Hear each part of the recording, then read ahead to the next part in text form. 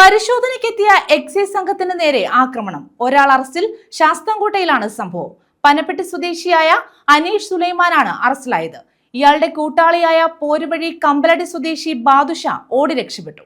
Operation തണ്ടറിന്റെ ഭാഗമായി പരിശോധനയ്ക്കെത്തിയ excise സംഘത്തെ ആക്രമിച്ച് ഭീകര അന്തരീക്ഷം സൃഷ്ടിച്ച യുവാവിനെ പോലീസ് കീഴ്പ്പെടുത്തി.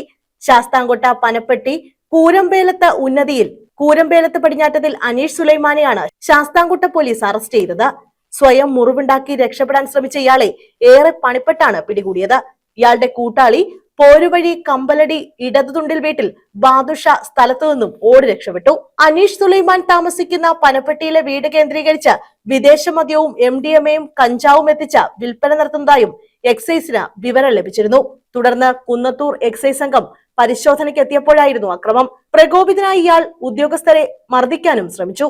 അക്രമം അതിരുവിട്ടതോടെ എക്സൈസ് ഉദ്യോഗസ്ഥർ ശാസ്താംകോട്ട പോലീസിൽ വിവരം അറിയിച്ചു. തുടർന്ന് പോലീസ് എത്തിയാണ് അനീഷിനെ കീഴ്പ്പെടുത്തി കസ്റ്റഡിയിലെടുത്തത്. ഡ്യൂട്ടി തടസ്സപ്പെടുത്തിയതിനും സ്ഥലത്ത് ഭീകരാന്തരീക്ഷം സൃഷ്ടിച്ചതിനും ഇയാളുടെ പേരിൽ കേസെടുത്തു. ഇയാളെ റിമാൻഡ് ചെയ്തു. News bureau, Sasthamkotta.